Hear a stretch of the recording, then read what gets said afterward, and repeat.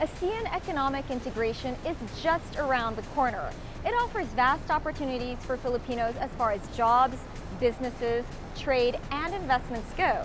So how will it affect our investing strategies? While many stock market investors might use a combination of value and growth investing, as well as technical and fundamental analysis, it's important to see which listed companies are preparing for Asean integration. These are the companies you'll want to consider investing in, according to CFA Mike Oison. Some of the signs they are prepared are they have businesses abroad, they have clients abroad, and they are talking about and acting on these things today because next year might be too late. By companies that have been preparing for the ASEAN integration, including Universal Robina, probably one of the best brands in the Philippines. URC has shown that they can develop brands abroad.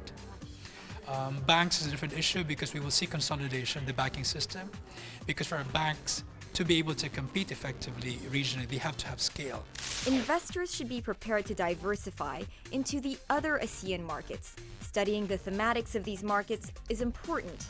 Thematics reflect investment themes that cut across geographic boundaries.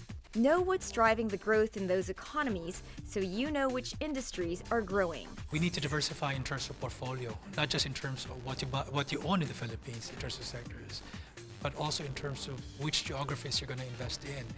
Academic studies have shown that there is merit in diversification, not just in the stock selection, but also in terms of geographical location of these businesses.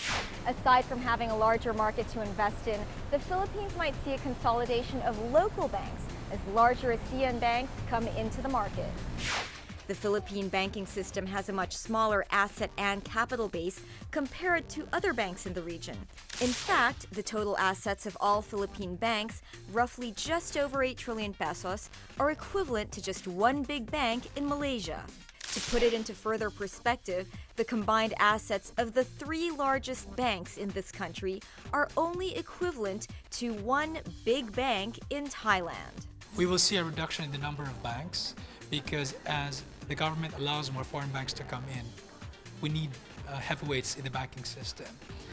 And we will see a generational change in some of the banks where the owner will pass it to the next generation. That could create an impetus in terms of the dynamics of the banking system. While ASEAN receives the most foreign direct investments than any other region, recently taking over China, the Philippines is the lowest recipient of FDIs at just $3.9 billion, according to the UN World Investment Report. As far as foreign investor exposure, the Philippines currently has the lowest, with a 40% foreign ownership cap. Thailand has 50%, Indonesia 99%, while Malaysia and Singapore have no hard limits to foreign ownership. Some groups would lobby for protection. So it makes sense for a few people or maybe a few segments of the economy. And for some industries, maybe it makes sense to, to protect it for a while and let it become more competitive, but it has to end at some point.